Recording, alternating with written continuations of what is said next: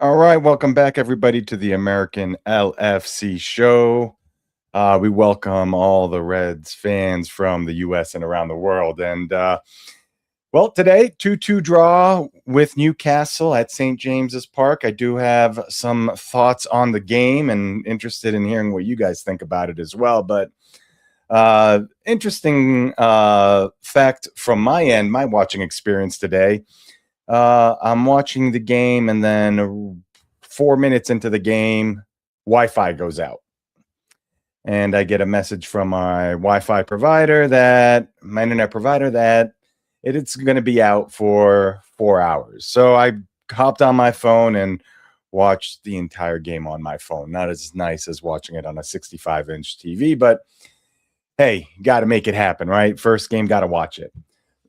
So,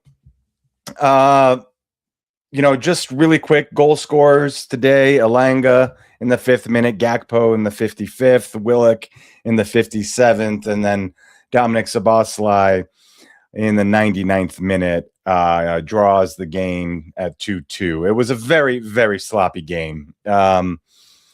Definitely, you could see it was a first game for both teams. Newcastle's lost a lot of good players this summer, and you thought that Liverpool would get one over on them, but that wasn't the case. And as sloppy as Liverpool looked and as sloppy as Newcastle looked, probably 2-2 draw is, I guess, fair. Was impressed by some performances for sure. I liked when Munoz came on. He was definitely kind of getting at the defender, Lewis Hall, a little bit more than Rio. Rio was a little bit absent this game. And he also won the penalty. And I don't care what you say as far as it or was it not. Lewis Hall clearly impedes Munoz and gives away the penalty. There's no way around that. Even if it was the other way around, I would say, yeah, that's a penalty. So Kumas, I thought when he came in, I thought he was lively. He was trying to be aggressive. He was running. He was getting after the game, which I enjoyed. Him being a younger guy, I think I think there is some promise there for sure. Really like the way he played. At least he was engaged, and that's going to, when I kind of talk about the players that disappointed, I think you're going to understand what I mean by engaged.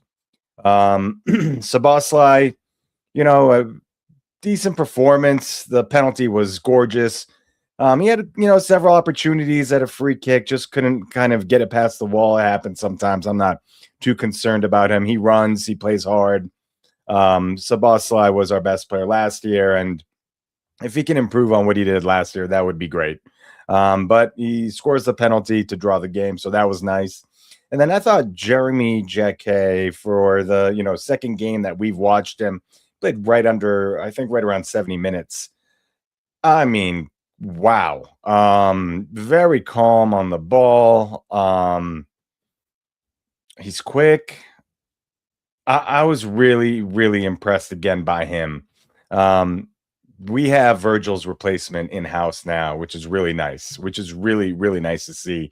He's a young guy, and obviously we've only seen him play a little bit, but you can see the strengths. He's tall, he's fast, he's aggressive. I thought he played a good game, so I was impressed by that. Again, only getting the chance to see him for the second time, but nonetheless, Gakpo.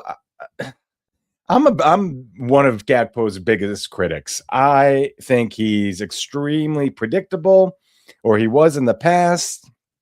It's always cut inside 100% of the times. If Kirkez overlaps him, never gets it to Kirkez. But really, I thought he mixed his game up really well today. He was giving it on the overlap. He was trying to go down the byline. He was also cutting back. So, when you use all three of the tools, you become a lot less predictable and a lot more effective.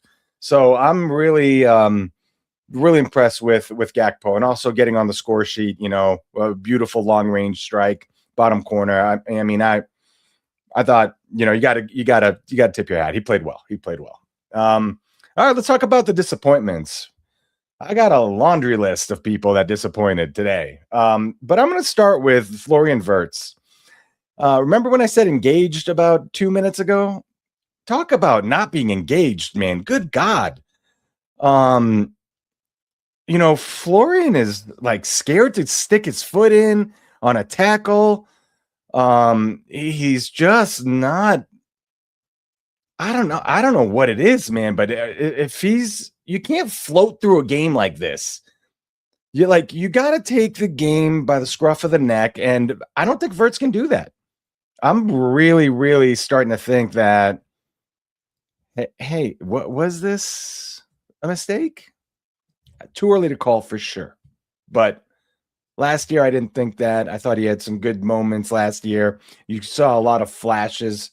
It was kind of a middle to 2/3 of the season in where he had a good stretch of games, and I thought, okay, here we go.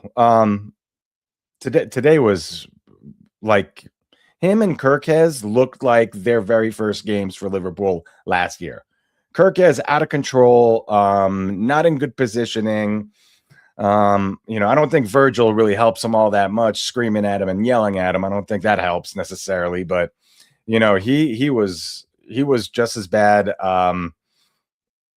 Terrible delivery of crosses, and he's got that in his locker. So, I'm really hoping both of those guys, come good. If I had to choose, obviously, I want Wirtz to come good over Kirkez, but Kirkez did not kick on, as they say in England, right? To go from first season to the second season and take a giant step forward. At least in the first game, he didn't. And Florian Wirtz today was non-existent. He got one shot off, decent shot, but didn't score. And was not delivering, was not running the game, there's a lot of things that you can say about him.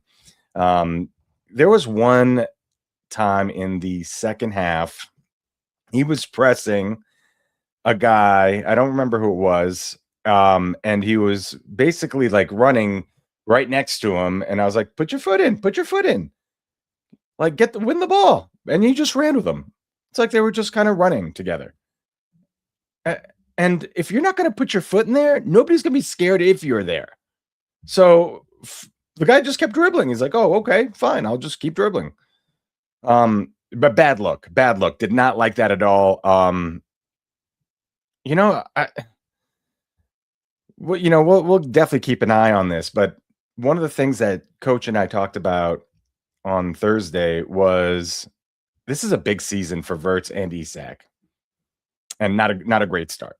Definitely not a great start. Isak, I think looked maybe a little bit overwhelmed by the situation. Newcastle fans were giving him, the boo birds for sure. Every time he touched the ball, he got a header and a decent opportunity that Gakpo, I believe, laid off to him on a breakaway, and he was top of the 18 and just skied it over the net. Rio, I kind of mentioned Rio. It just wasn't his day today. He couldn't get going. But also, I think there's potentially a fundamental flaw in the right side of our attack. Obviously Frimpong was, man, he was rough too. I mean, towards the end of the game, he's got the ball out in the right wing. People are in the box, and he couldn't. He kept cutting back and forth and just couldn't get the ball across, and then loses the ball and then fouls the guy. And I thought, wow, game over. Here we go. But back to the fundamental issue on the right side. Realistically, I think when you have somebody that wants to go one-on-one, you can't crowd the space by overlapping.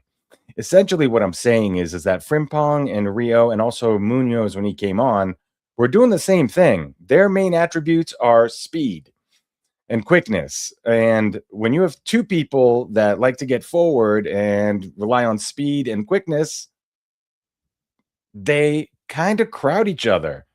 I would love if Frimpong would sit back a little bit more and leave Rio and Munoz one-on-one and not bring an extra defender over there and not get into their space. Man,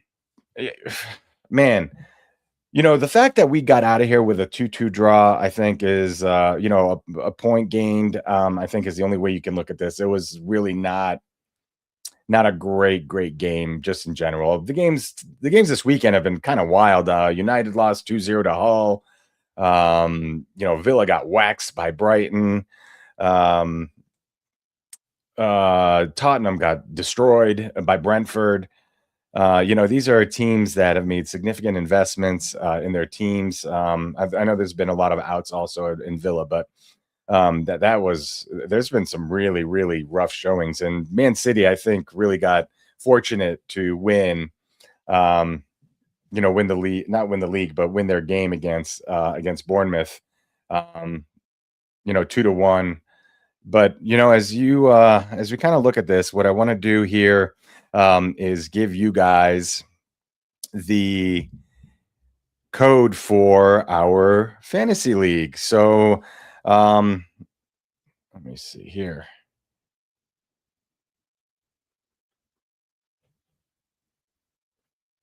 How do I do that? Give me 1 second here, folks. Here it is. Invite to league. All right, here we go. So our code is LKJ6TN. So if you play FPL, please feel free to join our league. We have about 25 people in there, I believe. So again, it's LKJ6TN. Well, everybody, thank you so much for watching the American LFC show. I believe Coach is on his way back from South America today, and we'll probably do something later this week. I know he talked about potentially hopping on tomorrow. So regardless, we will see you later. Thanks, everybody, for watching, and take care.